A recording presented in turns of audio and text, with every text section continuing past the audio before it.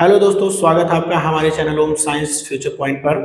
दोस्तों, आज हम आपको जो है मेंसुरेशन के अंतर्गत गोले के बारे में बताने वाले हैं, क्योंकि अभी तक हमने आपको बताया जो है 2D के शेप के बारे में और 3D शेप के बारे में। 2D के अंतर्गत हमने आपको त्रिभुज बताया। त्रिभुज के 3 प्रकार होते हैं, समबाहु, समद्विबाहु और विषमबाहु, इसको हमने बताया। साथ ही साथ हमने चतुर्भुज बताया, पूरा चतुर्भुज हमने बताया। उसमें जैसे वर्ग है, आयत है, समांतर चतुर्भुज है, समलंब चतुर्भुज है और समचतुर्भुज है। ठीक है, ये बताया हमने। उसके बाद हमने वृत्त बताया, अर्थात हमने पूरा 2D पढ़ा के एकदम अच्छे से बेसिक तरीके से खत्म कर दिया। अब 3D की बारी थी, तो 3D के अंतर्गत हमने अभी तक आपको घन, घनाभ बताया, शंख बताया, बेलन बताया। आज इसमें हम आपको बताने वाले हैं गोला। ठीक है, तो आइए शुरू करते हैं, सेशन की शुरुआत कर देते हैं। यहाँ पर देखिए, ये हमारा गोला है और अगर हमें मान लीजिए किसी प्रश्न में दे दिया जाए कि बताइए दिए गए गोले का पृष्ठीय क्षेत्रफल क्या होगा, तो पृष्ठीय क्षेत्रफल निकालने के लिए हम यहाँ पर एक फार्मूला बता दे रहे हैं। गोले का पृष्ठीय क्षेत्रफल, या आप इसी को दूसरे शब्दों में कह सकते हैं गोले के संपूर्ण पृष्ठ का क्षेत्रफल।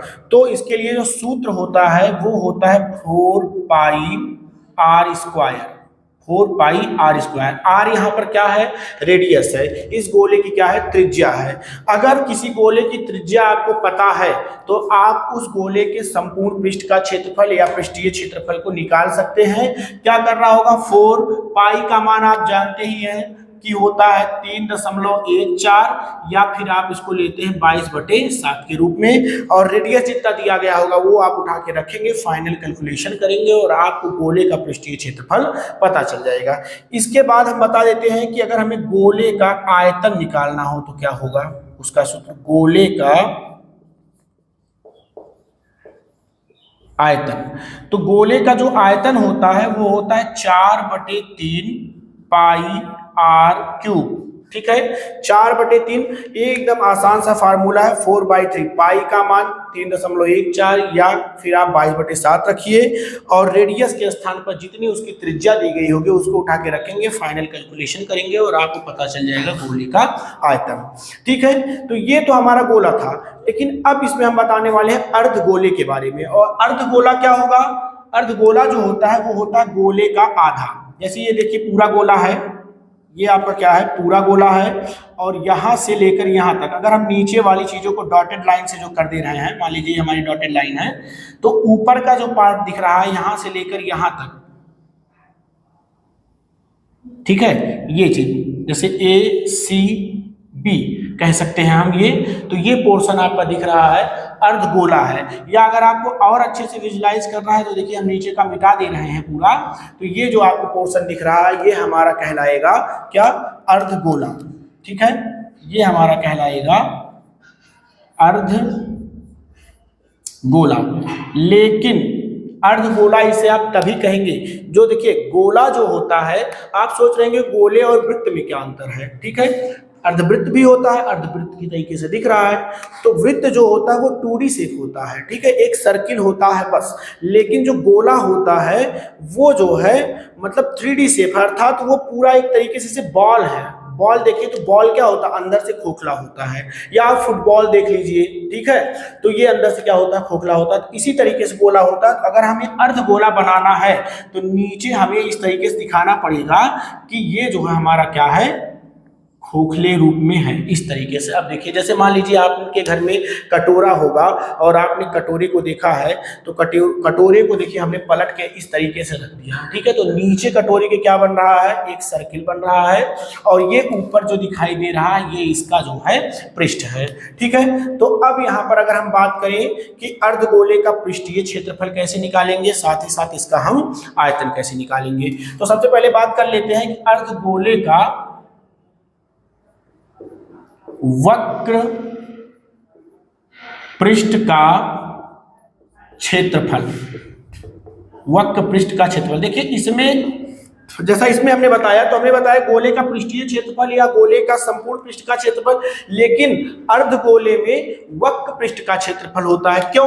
होता है। जैसे मान लीजिए वही हमने कहा कटोरा, जैसे ये आपका कटोरा है और इस कटोरे को आपको क्या करना है, कलर करना है। तो आप कलर कहाँ करेंगे, यहाँ करेंगे ना, यहाँ करेंगे, यहाँ कलर करेंगे, ठीक है। तो अब आपको ये जो पोर्शन दिखाई दे रहा है सर्किल के रूप में, इसको कलर करने की जरूरत नहीं होगी क्योंकि यहाँ पर कुछ कोई भी आइटम, कोई भी मटेरियल नहीं होगा, वो तो खोखला है ना। तो इसलिए जब आप इस सरफेस पर सिर्फ वर्क करेंगे तो वो आपका कहलाएगा वक्र पृष्ठ का क्षेत्रफल। तो जो इसके वक्र पृष्ठ का क्षेत्रफल हो जाएगा वो क्या हो जाएगा, पूरे क्षेत्रफल का, पूरे पृष्ठीय क्षेत्रफल का आधा हो जाएगा। अगर इसका आप आधा करेंगे तो देखिए पूरा था सूत्र 4 पाई आर स्क्वायर, और आप जब इसे आधा करेंगे तो 2 से कैंसिल हो जाएगा, 2 2 जा 4, ये आ जाएगा 2 पाई आर स्क्वायर। अर्थात हमारे कहने का मतलब है कि अगर आप इसको ही याद रखेंगे तो आपको इसके फार्मूले को याद करने की जरूरत नहीं है, क्योंकि जो गोला होता है, ठीक है, वो पूरा होता है और अर्धगोला उसी का आधा होता है। तो अगर पूरे गोले का पृष्ठीय क्षेत्रफल 4 पाई आर स्क्वायर है तो अर्धगोले का क्या हो जाएगा, जस्ट उसका आधा हो जाएगा। और एक चीज और होता है कि अर्धगोले का वक्र पृष्ठ का क्षेत्रफल हमने बताया, अगर मान लीजिए पूछ लिया जाए कि अर्धगोले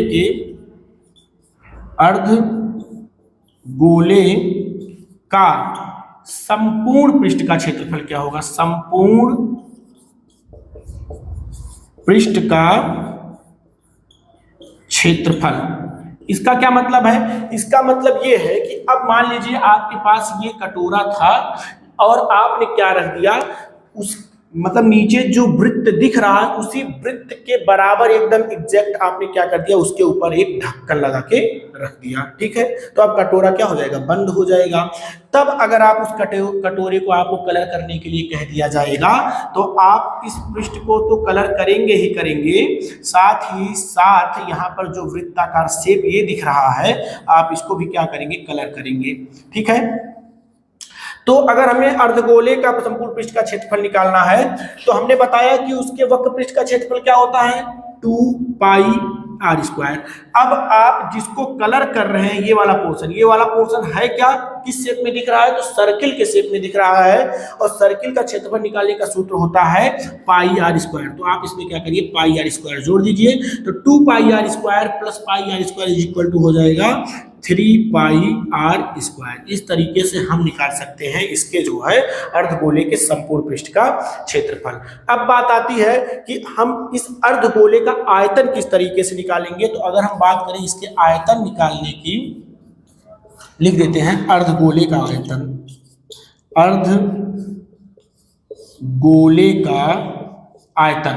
तो अर्धगोले का आयतन निकालने के लिए आप क्या करेंगे, ये जो गोले का आयतन यहाँ पर लिखा है ये पूरे गोले का आयतन था, तो अर्धगोले का आयतन निकालने के लिए क्या करेंगे भैया, हम इसी को 2 से भाग कर देंगे, अर्थात 4/3 को हम 2 से भाग करेंगे। आगे हमारा लिखा गया पाई आर क्यूब, 2 2 1 जा 2 2 2 जा 4, ये कैंसिल हो जाएगा, बचेगा हमारा यहाँ 2/3 पाई आर क्यूब, ठीक है। इस तरीके से अर्धगोले का आयतन निकल के आ जाएगा। तो हमने गोले और अर्धगोले के बारे में सारी चीजें बता दी जो आपके परीक्षा के लिए महत्वपूर्ण है, ठीक है। अब इसमें एक चीज और बच रहा है शंकुछिन्नक के बारे में, तो हम अब इसके बाद उसको बताने वाले हैं। तो दोस्तों अब हम बताने वाले हैं शंकुछिन्नक के बारे में। सबसे पहले तो देखिए हमने एक परिभाषा लिख दिया और एक फिगर बना दिया है, ठीक है। परिभाषा पढ़ के हम बता रहे हैं शंकु के ऊपरी भाग को आधार के समांतर समतल द्वारा काट देने पर बचे ठोस को शंकुछिन्नक कहा जाता है। जैसे देखिए हमने एक शंकु यहाँ पर बनाया, ठीक है, और इसके जो है समतल को मतलब इस समतल द्वारा इसको हम कट कर दें, ठीक है। तो ये ऊपर के भाग को हमने डॉटेड बनाया, मतलब इसे काट के हम निकाल दे रहे हैं। तो देखिए इस तरीके से अब हम आपके सामने अगर इसको हम हटा दें तो ये जो पोर्शन आपको अब दिख रहा है इसी पोर्शन को कहा जाता है शंकुछिन्नक। या सरल शब्दों में हम इसको समझाने के लिए बता दें, जैसे आपने ग्लास देखा होगा, ग्लास आपके घर में जो होता है ऐसे होता है ना, इस तरीके से बाल्टी, ये सब जो प्रकार है ये सब शंकुछिन्नक के जो है साधारण से उदाहरण है, ठीक है। तो इसके बारे में भी हमसे वही चीजें पूछी जाती हैं कि बताइए इस शंकुछिन्नक का वक्र पृष्ठ का क्षेत्रफल क्या होगा, इस शंकुछिन्नक के संपूर्ण पृष्ठ का क्षेत्रफल क्या होगा, तथा इस शंकुछिन्नक के आयतन का सूत्र क्या होगा, ठीक है दोस्तों। तो यहाँ पर आप फिगर देखिए। अब हम यहाँ पर आपको जो है सबसे पहले यहाँ पर इसके वक्र पृष्ठ के क्षेत्रफल और संपूर्ण पृष्ठ के क्षेत्रफल के बारे में बता देते हैं। तो चलिए लिखते हैं शंकु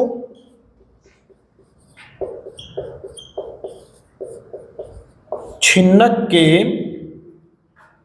संपूर्ण पृष्ठ का क्षेत्रफल। तो संपूर्ण पृष्ठ का क्षेत्रफल बताने से पहले हम आपको बता देते हैं शंकु छिन्नक के वक्र पृष्ठ का क्षेत्रफल क्या होता है। शंकु छिन्नक के वक्र पृष्ठ का क्षेत्रफल, इसको इसलिए बता दे रहे हैं क्योंकि जब हम संपूर्ण पृष्ठ का बताएंगे तो वक्र पृष्ठ का उसमें यूज होगा, ठीक है। और इसके जो वक्र पृष्ठ का क्षेत्रफल होता है pi l capital are plus small r, ठीक है। ये देखिए यहाँ पर एक छोटा सा त्रिभुज वृत्त बन रहा है, तो उसकी त्रिज्या हमने स्मॉल आर से रिप्रेजेंट की, और यहाँ पर एक बड़ा सा वृत्त बन रहा है जिसकी त्रिज्या को हमने कैपिटल आर से रिप्रेजेंट किया। ये बीच में इसकी हाइट दिख रही है, और ये यल क्या है, जैसे शंकु में तिर्यक ऊंचाई होती थी वैसे ही यहाँ पर यल है, तिर्यक ऊंचाई है, ठीक है। तो अब हम बात करते हैं शंकु छिन्नक के संपूर्ण पृष्ठ का क्षेत्रफल। तो संपूर्ण पृष्ठ का क्षेत्रफल में वक्र पृष्ठ का क्षेत्रफल भी इंक्लूड रहता है, तो वक्र पृष्ठ का क्षेत्रफल हो जाएगा pi l capital are plus small r, ठीक है। इसके बाद देखिए ऊपर वाले वृत्त का क्षेत्रफल क्या हो जाएगा, पाई स्मॉल आर का स्क्वायर प्लस बड़े वाले वृत्त का क्षेत्रफल क्या हो जाएगा, पाई कैपिटल आर का स्क्वायर। इस तरीके से भैया अगर आप यहां से पाई को कॉमन ले लीजिए, ठीक है, तो यहां पर बचेगा यल ब्रैकेट में capital are plus small r plus small r का स्क्वायर और यहाँ पर कैपिटल आर का स्क्वायर। इस तरीके से जो है हम यहाँ पर इसके संपूर्ण पृष्ठ के क्षेत्रफल को निकाल सकते हैं। अब हम बात करते हैं कि शंकु छिन्नक के आयतन को किस तरीके से हम निकालेंगे। तो अगर हमें इस शंकु छिन्नक का आयतन निकालना है तो इसका सूत्र बड़ा ही आसान है, और वो है 1/3 पाई एच ब्रैकेट में कैपिटल आर का स्क्वायर प्लस स्मॉल आर का square plus capital r into small r, ठीक है। ये है इसका जो है यहाँ पर इंटू है बीच में। तो इस तरीके से अगर इस फॉर्मूले पर, मतलब कि अगर आपको इस शंकु छिन्नक का आयतन ज्ञात करना है तो इसके लिए आपको यच पता होना चाहिए, हाइट, शंकु छिन्नक की हाइट पता होनी चाहिए, साथ ही साथ बड़े वाले त्रिभुज का हमें त्रिज्या और छोटे वाले त्रिभुज की अगर हमें त्रिज्या पता है तो इस सूत्र पर रखेंगे, सीधे आपको मिल जाएगा जो है। सॉरी, थोड़ा सा हमने शायद कुछ दूसरा कह दिया, त्रिभुज कह दिया था। ये बड़े वाले वृत्त का, ठीक है, ये बड़े वाले वृत्त का आपको जो है त्रिज्या पता होना चाहिए, और इस छोटे वाले जो है वृत्त की त्रिज्या पता होना चाहिए। उठा के फार्मूले पर रखेंगे, ठीक है, तो आपका इसका निकल जाएगा आयतन। यहीं पर देखिए अगर हमें संपूर्ण पृष्ठ के या वक्र पृष्ठ के क्षेत्रफल को निकालना होगा तो यहाँ पर देखिए, थोड़ा सा यल सही कर देते हैं। तो यहाँ पर जैसे कि इसमें आयतन में हमें इस हाइट की जरूरत पड़ती थी, वैसे ही संपूर्ण पृष्ठ के क्षेत्रफल में और वक्र पृष्ठ के क्षेत्रफल में हमें स्लैंट हाइट की जरूरत पड़ेगी, तिर्यक ऊंचाई की जरूरत पड़ेगी, ठीक है। तो देख लीजिए जैसे कि यहाँ पर पाई एल ब्रैकेट में capital are plus small r, यहाँ पर pi l capital are plus small r, वहां पर बाकी जो है हमने क्या किया, छोटे वाले वृत्त का क्षेत्रफल और बड़े वाले वृत्त का क्षेत्रफल हमने क्या कर दिया, प्लस कर दिया। इस तरीके से फाइनल फार्मूला निकल के ये आ गया।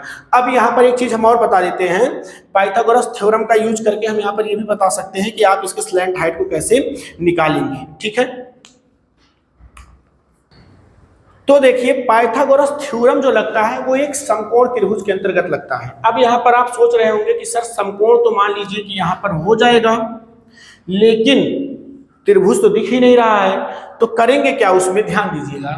देखिए यहाँ से ये जो हाइट है यहाँ से लेकर यहाँ तक, यही सेम हाइट यहाँ से लेकर यहाँ तक भी वही होगा, क्योंकि हाइट जो होगा वो परपेंडिकुलर होगा और एक दूसरे के क्या होगा, समांतर ही होगा, क्योंकि हम उसी जो है फिगर के अंदर ही जो है इस हाइट को रिप्रेजेंट कर रहे हैं, ठीक है। तो अब ध्यान से देखिएगा, ये वाला पोर्शन मतलब यहां से लेकर यहां तक ये, और ये देखिए यहां से, मतलब इस वाले शेप को देखिए तो अब यहां पर दिख रहा है एक त्रिभुज, ठीक है। तो हम संगत कोण का यूज करके कह सकते हैं जितना ये है, देखिए ये जो है आपका क्या है 90 है, तो ये भी क्या हो जाएगा 90 डिग्री हो जाएगा, ठीक है। इसको कहते हैं करस्पॉन्डिंग एंगल। अगर दो लाइन पैरेलल होता है, अगर दो लाइन समांतर है और उसको कोई एक तीसरी लाइन जिसको हम जो है ट्रांसवर्सल कहते हैं, काट के जा रहा है, तो यहाँ पर बनने वाला एंगल यहाँ पर बनने वाले एंगल की क्या होता है, बराबर होता है। इसको कहते हैं करस्पॉन्डिंग एंगल। तो करस्पॉन्डिंग एंगल्स के थ्रू ये हो जाएगा बराबर। अब ध्यान दीजिएगा, यहां से लेकर यहां तक की दूरी क्या है, स्मॉल आर। सेम यहां से लेकर यहां तक की दूरी क्या हो जाएगी, स्मॉल आर, ठीक है। और पूरी नीचे वाली देखिए, यहां से लेकर पूरी कंप्लीट इसकी दूरी क्या है, कैपिटल आर थी, ठीक है। तो अगर हमें इतना फाइंड करना है तो हम क्या करेंगे, पूरे में से स्मॉल आर को माइनस कर देंगे, अर्थात इस यहां से लेकर यहां तक हो जाएगा capital r minus small r. अब और ये हमारा हाइट था, ये भी हमारा हाइट होगा। अब हमें निकालना है यल, अर्थात तिर्यक ऊंचाई फाइंड करना है, तो पाइथागोरस थ्योरम का यूज करेंगे। 90 डिग्री के सामने वाली साइड क्या कहलाएगी, हाइपोटेन्यूज कर्ण कहलाएगी।